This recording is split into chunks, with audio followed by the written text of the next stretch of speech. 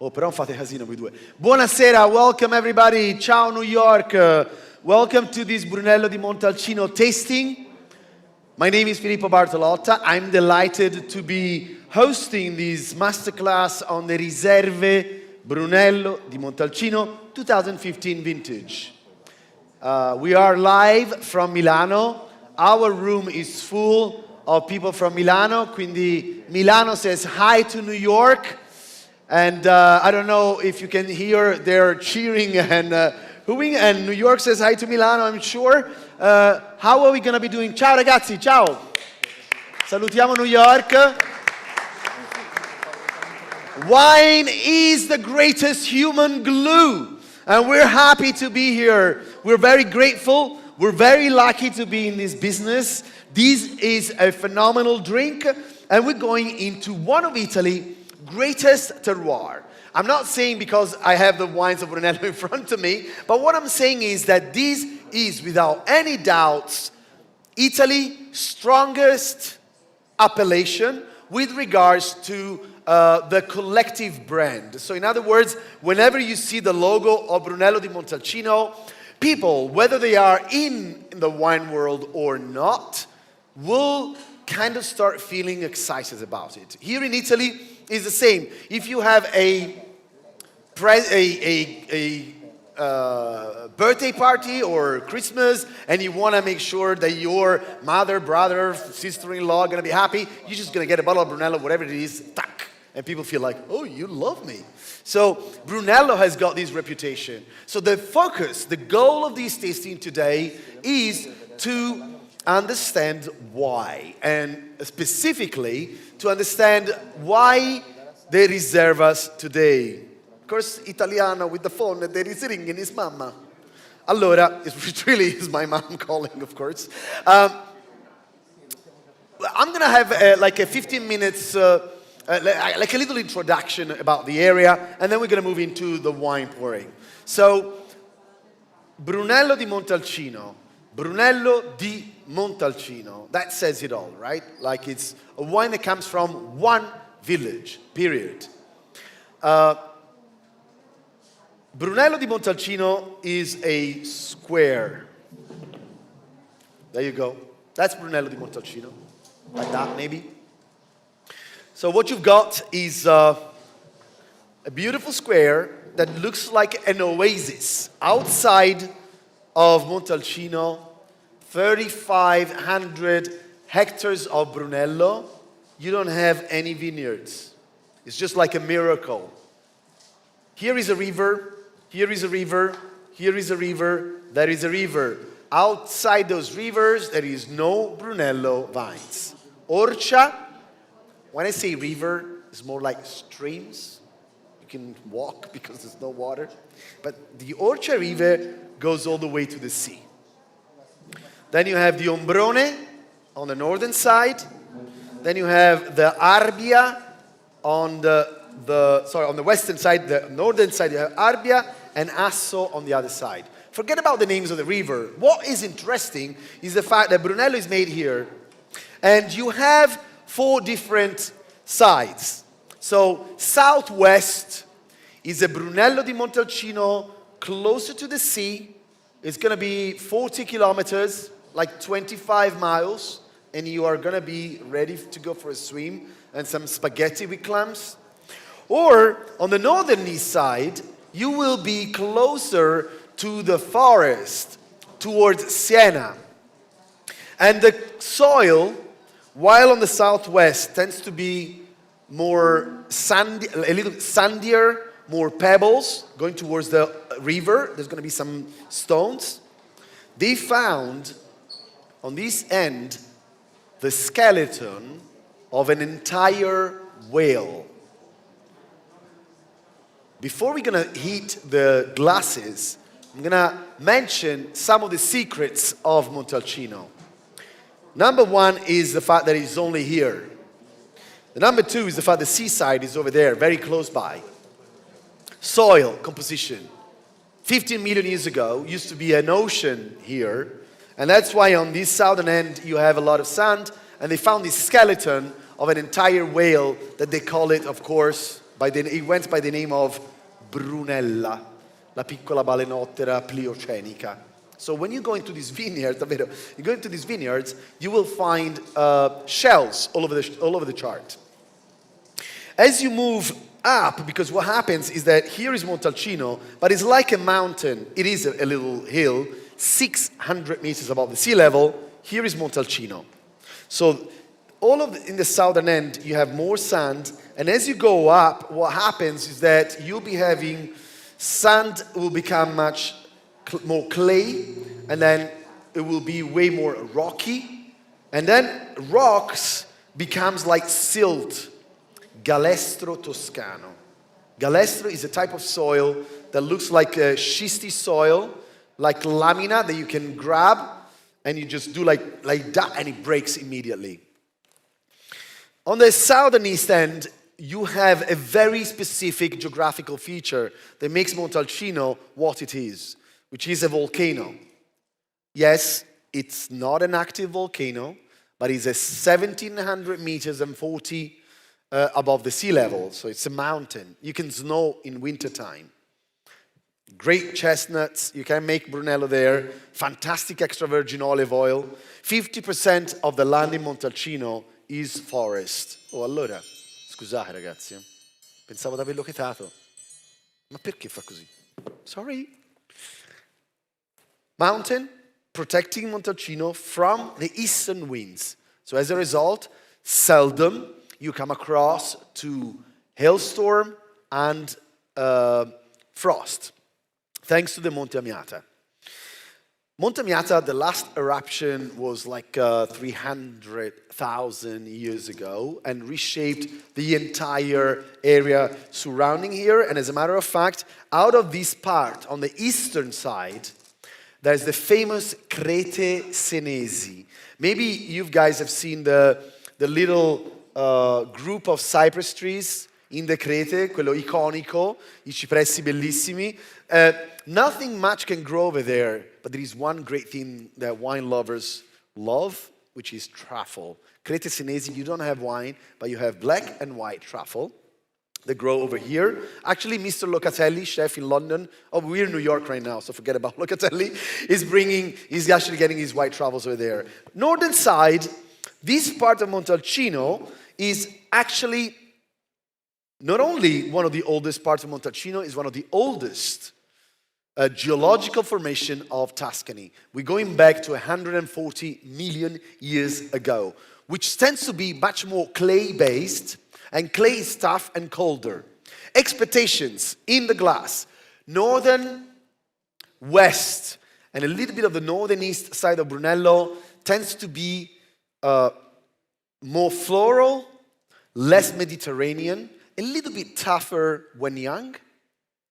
And as you go south, as you cross Montalcino and you go southward, whether you go east or west, imagine that you go from 600 meters above the sea level all the way down. You can take a couple of avenues.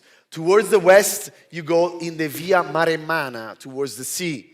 Towards the east, you go towards the Sant'Antimo Abbey, towards the Monte Amiata. Both ends are going to be a spectacular 180, even more degrees, untouched landscape. We are 1.5 hours drive from Florence, north, and 2.5 hours from Rome, okay, so coming from the south. We are in between the Via Cassia and the Via Francigena, a place of history, one of the poorest villages in Italy until the arrival of Brunello di Montalcino.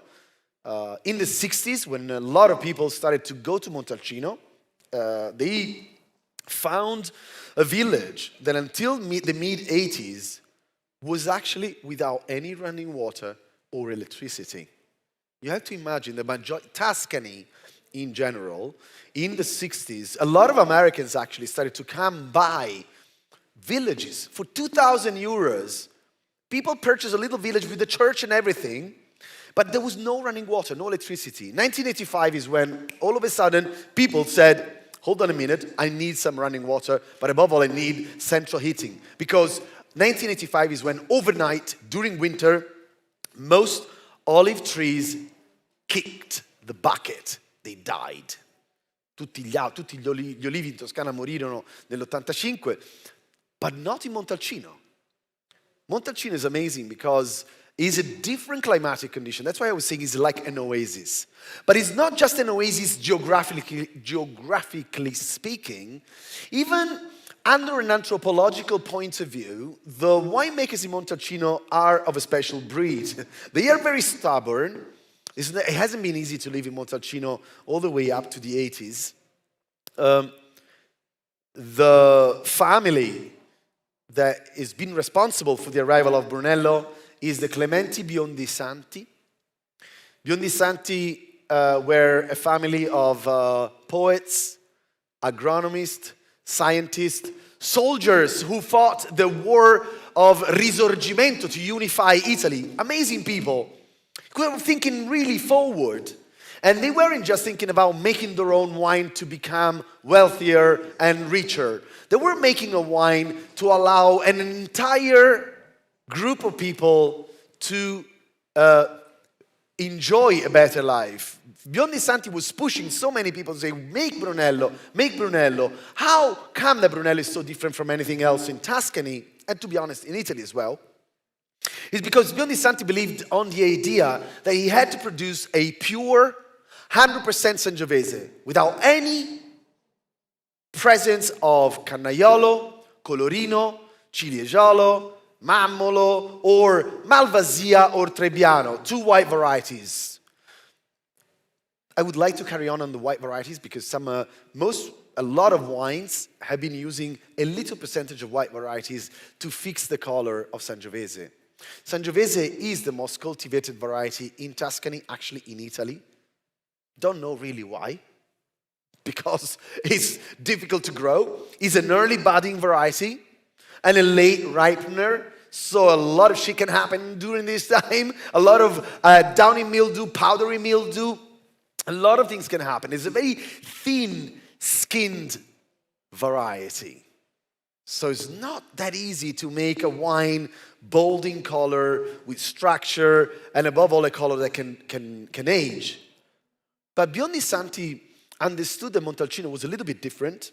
He started to work on his muscle selection. So he was looking at the group of vineyards or vines that were reacting better throughout the years. And then clonal selection. As a matter of fact, some of the first clones that most of the wineries were using was the BBS, the Brunello Biondi Santi clone. It's what I'm talking about here is 1865. Italy was about to be unified as a country, and 1888 is the official first release or the first official bottle of Brunello di Montalcino. Now, a lot of people say, so it's a young wine, but actually Etruscans in the Montamiata used to make a lot of wine over there. Wherever there is a volcano, Etruscans were there. È chiamato il Monte Sacro, the sacred mountain.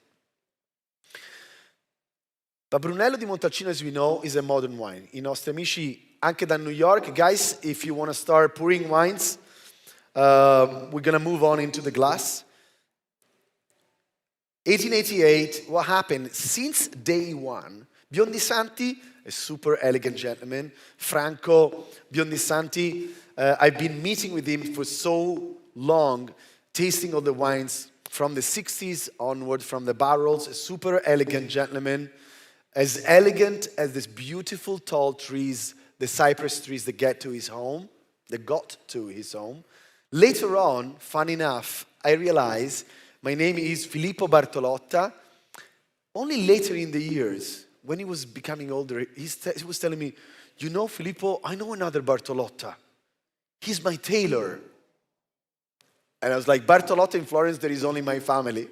And he's my zio. My uncle has been the tailor of Franco Biondi Santi for a bloody generation. And I only found out when Franco was later in his years. So that's a funny story. But with Franco and with all Montalcino, there used to be 12 people, 12 winemakers in 1964. There is 250 people making wine there. And a lot of people are purchasing new vineyards, coming from all over the world. And still, you can find so many different styles. But something didn't change. 5 years. 5 years of aging before the wine is going to be released in the market. 6 for the Reserva.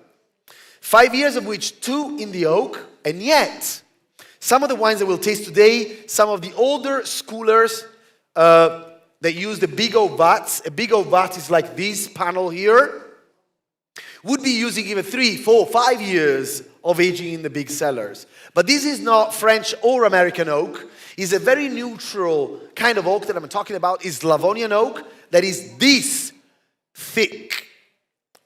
A French barrique is this, and it's 225 liters. The big botti that I'm talking about are 100 hectoliters. Okay, so very different size.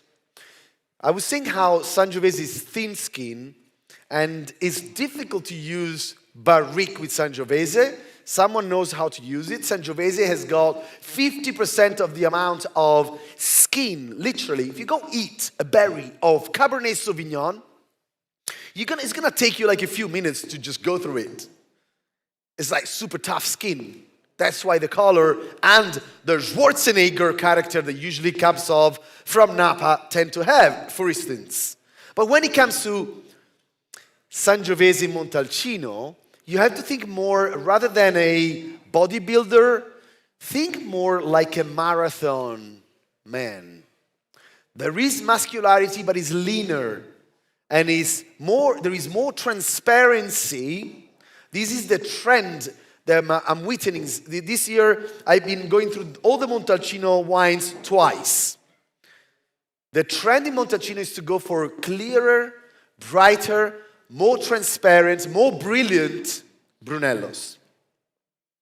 You can already look, once the wine is going to be poured in your glasses, something that for me is always very easy to understand. A lot of, when we do tasting, sometimes we describe wines, the color, just because we have to. I have a feeling like red ruby with a little bit of garnet hues. Who cares? Right? Like, who cares if there isn't a meaning behind it? So when we look at a glass of wine, we can already see so many things. How brilliant the color is the sign of acidity. The more brilliant the color, the brighter the color, the more acidic the wine is going to be. Transparency. Sangiovese, when you get a glass of Brunello, look, I can read my tasting notes through my glass. You can read newspaper. That's Sangiovese 100%. A bubble in the big botti. Oh, we're kicking off on the right foot. I love this first wine. Questo è un vino dei profumi veramente seduscenti. Questo è un Brunello. This is a Brunello di Montalcino that comes from the southwest. One of the southernmost vineyards in Montalcino. So, brilliant, bright, transparent. Expectations on this wine. Avete visto se New York c'è i vini? Sì. Qualcuno, la regia? Expectations on this wine. I'm expecting to drink something that is not going to be muscular, that is not going to be extractive, that is not going to be driven by the dark force, but rather by more of an intellectual and sexy-driven character. Sexy, I put it up there just because the nose is sexy. Rose petals, hibiscus, orange blossom, zagara, profumo incredibile, but also orange peel, white truffles, licorice.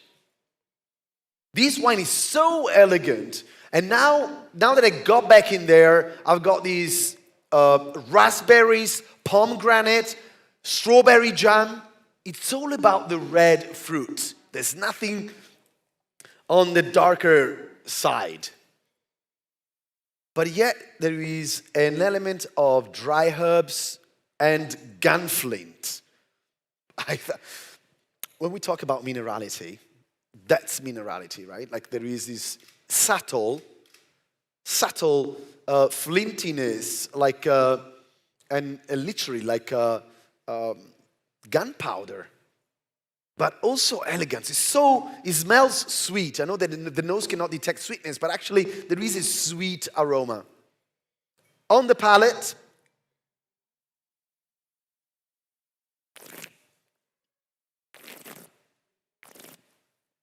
the heck, man, I didn't use a spit bucket with this wine. Smooth, round, gentle touch. This is silk. It's not corduroy. The texture is very refined. There is sweetness, despite the fact that the wine is actually totally bone dry. Questo ha una dolcezza naturale senza residuo zuccherino. Suppleness, a lot of length. The wine is still with me. We're chewing a lot of red-driven fruit. And what is it? I like this kind of this idea. Maybe unexpectedly, even too easy to drink as a reserva, but that is the result of southwest, of the seaside, of the iodine that comes through the Orcia Valley into the Camigliano vineyards. This is not just a cellar, this is a village with the beautiful tall pine trees, the cypress trees, and then you have it's a castle actually, from 984. This place was built nel 984 e guardate questa roba pazzesca che ho scoperto. I just found out, coming along here, studying, how there is a camel on the label, and the camel apparently is the reminder of the Crusades. Carlo Magno, Charlemagne used to go around Montalcino. Via Francigena was there. He built l'Abbazia di Sant'Antimo, an 8th century abbey, because as a gesture of goodwill with regards to God, because apparently Sant'Antimo spared his troops from the Black Death, the plague. I'll tell you more about Sant'Antimo later. But this camel is there, and the funny thing is that the distance between Camigliano and Rome is the same distance that there is from another Camigliano in Caserta. Quindi c'è due Camigliano. One in Caserta is the same distance to Rome than this Camigliano to Rome. Due castelli di Camigliano with the camel. So that's quite unique. Castello di Camigliano is 94 hectares of vine out of 500. So that's something that you're always going to be finding in Montalcino. There is always going to be lots of forest, lots of biodiversity. Leonardo da Vinci, as a matter of fact, Montalcino, the Val d'Orcia, was inscribed in the UNESCO World Heritage Site. If you go read why, it says, because the landscape that inspired the Renaissance painters has remained intact for over 600 years. È bellissimo, no? Cioè, we can still see when we browse around the avenues of Montalcino, the same picture that Leonardo da Vinci saw. If you get rid of the asphalt and the light poles and maybe some vineyards, more or less is what these guys saw. Quindi Camigliano has got a lot of vineyards but also a lot of forest. I've got to be honest, I have never been a big fan of this Riserva, Gualto, because it's always been too much for me. Too extractive, too sweet, too overdone. But I like this move. I've seen Camigliano being the Ghezzi family, infatti una famiglia milanese, purchased this castle in 1957. And there was a moment in the 1980s and 90s where the wines tended to be a little bit on the commercial side. But in the last few years, Camigliano is back on track. And I'm sure, this is my feeling, that they said, like, we've got one of the greatest bits of terroir on planet Earth. Let's show it into the glass. I'm very fond of this wine. You can see it straight away, so no hiding there. 4,000 bottles altogether, all the vines. Clay, fossil, limestone, 20 to 60 hectoliters for 36 months. So 3 years in the oak barrel. The wine is released in the market for 50 to 70 euros. I don't know. In New York, in bucks, in dollars, how much that will be. Moving on, numero 2. Fanti. Oh my gosh. So what's happening here? This is what's happening. We are back in Montalcino. We were here with Camigliano, southwest, super west, and we're going totally like on the east side. Check it out. You go on the east side, and what you find is darker. It's like this is like number 1 is Jan Solo, and number 2 is Darth Vader. There is like this tar. It's like make me laugh, but there is tar and concrete. Like there is Gudron. It's almost like more like a Barolo. The nose is very leathery, very petrol-y, very peaty, like peat. And you know, like black marker pen, just like a black marker pen.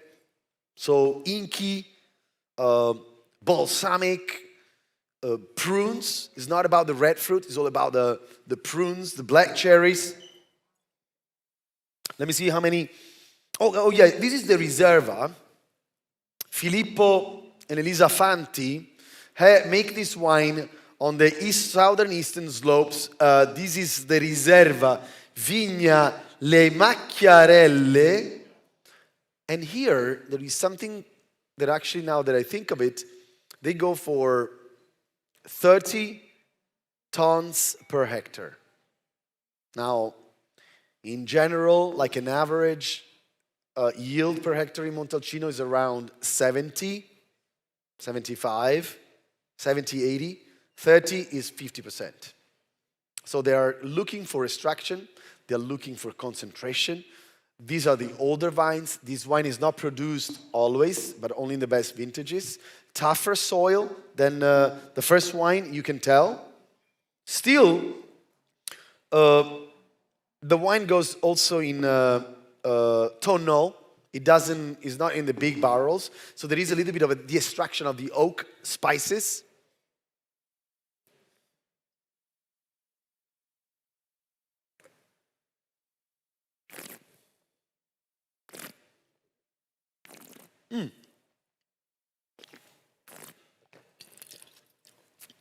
Ooh. Oh my gosh, this is powerful. It's like pretty alcoholic, sweet. I was actually expecting to find the wine more like dry and astringent, given on the nose all the dark matter, but actually there is good enough juiciness. So we are chewing a lot of fruit, we are salivating a lot, so we're able to digest. It is alcoholic, a lot of the sweetness is given by the alcohol. They make 4,000 bottles, and it's released in the market for 85 euros. So it goes for 2 years in tonneau, and another 36 months of aging in the bottle. Very different style. We're gonna ask later on what you guys prefer in terms of style, whether you go for the smoother, silkier, or the more like kind of like cowboy style. Here you got like more leather, more farmyard elements that come into place. Numero 3. Numero 3, fatemi vedere un attimo dove vado a finire, perché qua, so we're moving. Siamo con Poggiolandi, and we're moving, we did like southwest, southeast, and look what we do now, a jump all the way here, totally northeast. On the nose, Poggiolandi, Riserva 2015. This winery is 75 hectares, and is on. This is actually, although it's on the northern east side, they blend north and south together. This is something that I was going to tell you earlier on. This idea of where the vineyards are, it's true all the way until the winemaker is actually bottling the vineyards from that part. But a lot of winemakers, above all in the past, used to blend their best vineyards from different spots of Montalcino. So this is one of the cases of the old school attitude to get the best grapes from all over the chart to make your wine. The winery has been purchased by the Bulgaroni family. Fermentation done with wild yeast, big barrel, brand new cellar, very beautiful, natural cold and humidity underground, overlooking a phenomenal garden with a very round hills edging the east border of Montalcino. 54 hectoliters barrel, 4 years in the barrel. Quindi 4 anni di invecchiamento nelle botti grandi. This wine has got a smoky edge. It's got more, rather than the Earl Grey tea, is more on the gunpowder, smoke, a bit of burnt rubber, some barbecue, there is a soy sauce and Kansas City barbecue style. Like I get this barbecue element, soy sauce, very strong in the wine, and it's about the blueberries and cherries. Some dry herbs.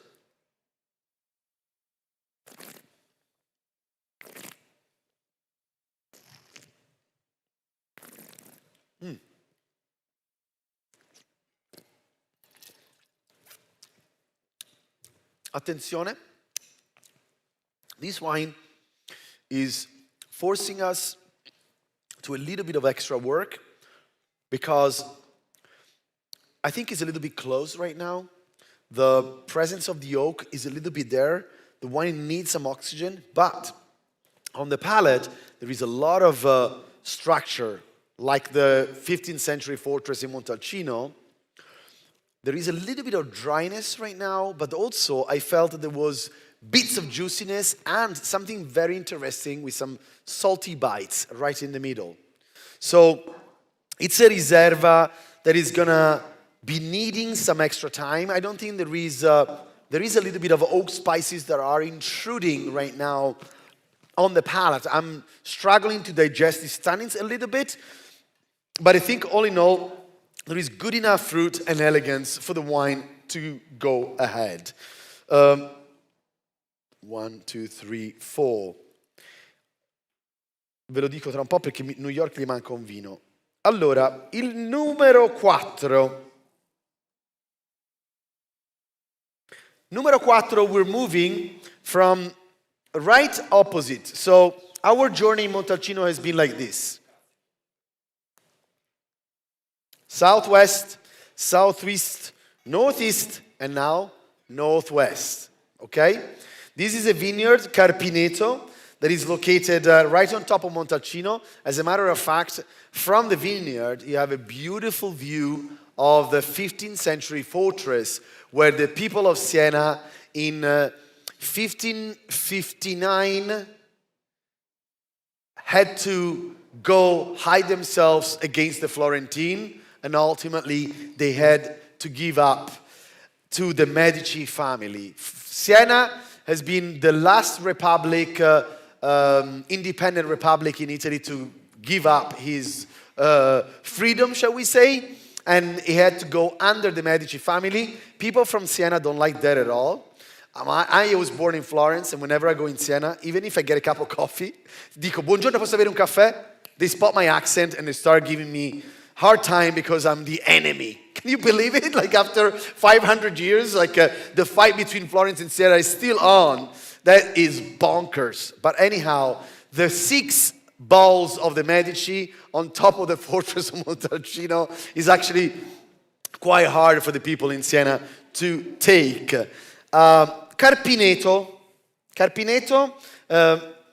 This winery is one of the highest in Montalcino, 500 meters above the sea level. So not only we're going on the north-west part of the area, but we're also going high. So as I mentioned, you can see the fortress from above, which means that you are 500 towards 600 meters above the sea level. 10 hectares out of 35 of property.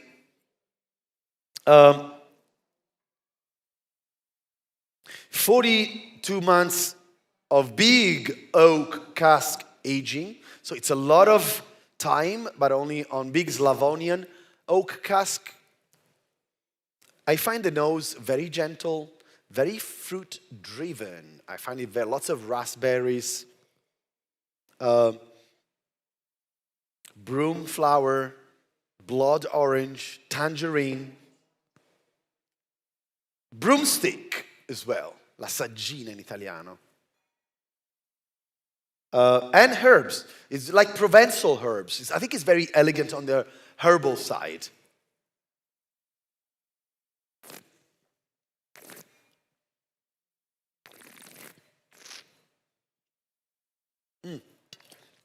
I like it.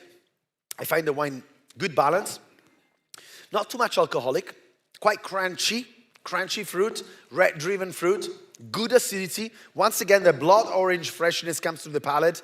Juicy is different from jammy, right? Jammy is sticky, sweet. My palate is clean. And this citrus acidity is very good. This is for me, one of the key factors for the aging potential of Sangiovese. Not about the muscularity, but rather about the linearity, the definition of the fruit, and the presence of acidity. Some of the oldest wines in Montalcino that I've tried of the 50s and 60s, when I was looking at the acidity, the grams per liter were around 6, 5.9, 6.1, 6.2, okay? Which is the acidity of white wine. So acidity for Sangiovese is more important than extraction of the tannins.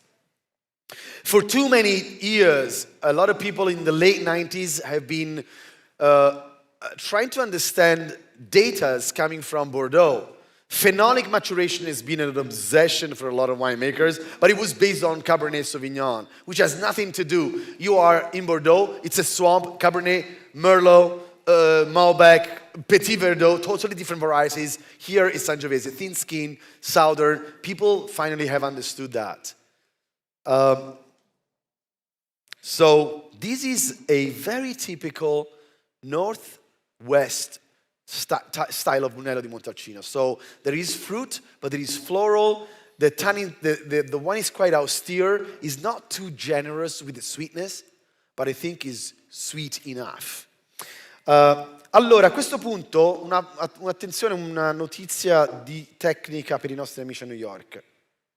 E anche per voi, ora ci penso. New York, you guys have got wine number 5, attenzione, that I don't have.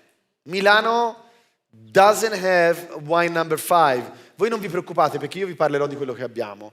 Però c'è you guys in New York have got wine number 5, that is wine of Roberto Cipresso. I can tell you, se mi date un break perché non c'è questo, sto parlando di un vino che noi non abbiamo. Roberto Cipresso, winemaker, you should be having a wine that is made in 1 hectare, south, Castelnuovo dell'Abate, very deep, very dark, very extractive. Even the color, if I can see one of the glasses of our friends in New York on a white background, it should be like a black ink-driven color. Roberto has chosen to produce a very kind of like modern-driven extractive style. Però noi non ce l'abbiamo qua. Vedo il tempo che sta andando avanti, fatemi vedere un attimo. Tac. Allora, torniamo a noi. Abbiamo il vino numero 6. Vi torna, ragazzi? Scusate, avete ragione. Esatto, ci siamo? Comunque per noi sto toccando il quinto calice. So, vi lascio. I'm gonna leave New York maybe another minute or so. In the meanwhile, we're going to be moving from So we're going to do something like this. We were here in Carpineto. We're going to drive to the roundabout towards the Fortezza di Montalcino. And then you can take 3 avenues. To the left, you're going to be going to the Via del Brunello, and you're going to go to Siena. To the one in the middle, it's the Via Amiatina. You go towards the Monte Amiata, where there is the Sant'Antimo Abbey. That's what we're taking right now. And the 3rd avenue is the one that goes to the sea, la Via Maremmana. Il nostro quinto vino, eccolo qua, is a... Scusate, ma questo non va bene, ragazzi. Ok? Sì, però mi hanno dato, scusate un secondo, ragazzi. Faccio soltanto un check di una cosa. Ok. Fattoria Barbie. One of the oldest farms in Montalcino. Stefano Cinelli Colombini right now is running the show. A guy with a lot of humanistic culture. This guy can talk about any topic in agriculture or literature. He's a fond agronomist in Montalcino. The winery has been there from 1352, 1352. The Cinelli Colombini family has been in the area forever. They have 66 hectares out of 300 hectares of property.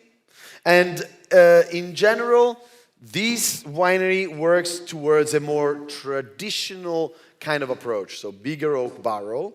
But they started off working with cryo maceration before fermentation. What does it mean? Is that basically you're going to get the berries, you're going to keep them in a cold room for a few days to try extract color, not through the alcohol, but actually from the presence with the skins only. The color looks really red ruby with a tinge of garnet. You can tell that this has been big oak cask. The nose is an elegant nose of cola. I love this cola action. Balsamic elements, almost like a little bit of menthol, tea tree oil, red berries, raspberries, pomegranate, a little bit of dark cherries. I find it really, really elegant. Some, like a touch of tobacco, but not the tobacco leaf, not just the dark side. Floral, a hint of violets, very, very elegant. And vanilla stick.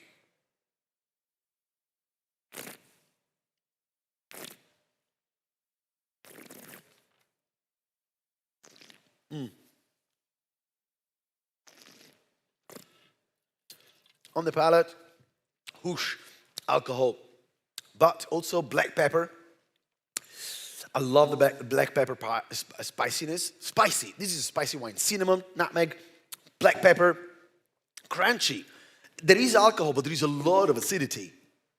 There is a very refreshing character in the end that is counterbalancing the super heat of this wine. You can tell there is a southern style of wine by the generosity, by the Mediterranean herbs, and this alcohol. I'm sure it's 14.5. But this is something that is right now, to be honest, is difficult to find anything less than 14 in general anyway. So this is a family that is actually the first ever bottle of Brunello di Montalcino exported to the USA was Barbie in 1962. They are one of the first winery in Italy to open up the doors to wine tourism. So very kind of like a very ancient casato, but also very open-minded to the idea of bringing new elements into winemaking. Very classic style Brunello with these red berries and violets. L'ultimo vino prima di lasciare un po' di spazio ai commenti. Before we're going to leave some, get the last 15 minutes, I want to leave some room to comments with New York City and Milano. L'ultimo vino, we're traveling once again. Now we were on the southeast side and we're just going like this. We're going to go back to Montalcino, to the square, and like that again. Actually, we're going here. Ah, eccolo là. Allora ditelo che c'è la mappa e non devo fare la roba. C'ho la mappa, Società Agricola Sasso Sole.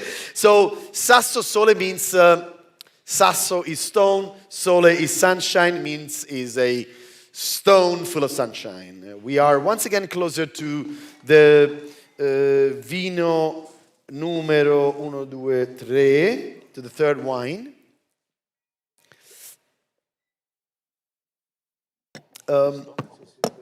Dov'è la bottiglia? Eccolo qua, Sasso di Sole. This is once again Riserva 2015. That I find on the nose much, it's like all about the fruit. This wine, sì, Sesto. Sì. Sesto.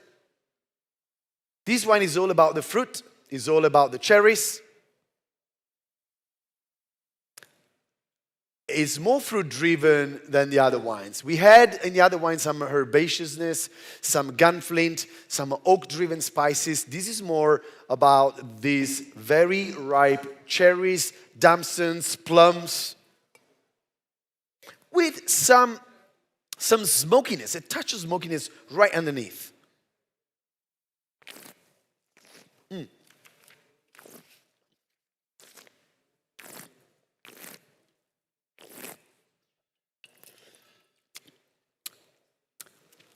3,500 bottles, quite hot, but also look what's happening.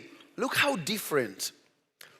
This is once again 3 years, just like the prior wine, with a big oak, Slavonian oak barrel. So pretty much the same handling of the oak, but the tannins are much more astringent, rawer, more rustic kind of material, more northern. You need more time for this wine. On the palate, there is a detachment a little bit between the very kind of like subdued nose, but then on the palate you have this kind of like more astringent and rustic palate. I'm going to wrap it up with a couple of considerations before I leave the room to an open session. Riserva. A lot of people say that Riserva is made when Brunello producers do not sell their wines. Do you know what? Maybe someone in the past, but right now, bottles of Brunello are just sold in the market quite easily. These wines that we tasted are all of them are conceived to be Riserva. So from the vineyards, the winemakers go choose the crop to make a wine for a longer aging potential. So is a Riserva a wine with a longer aging potential? Are those 6 years necessary for this wine to age longer? Can we see the difference in the soil and the terroir?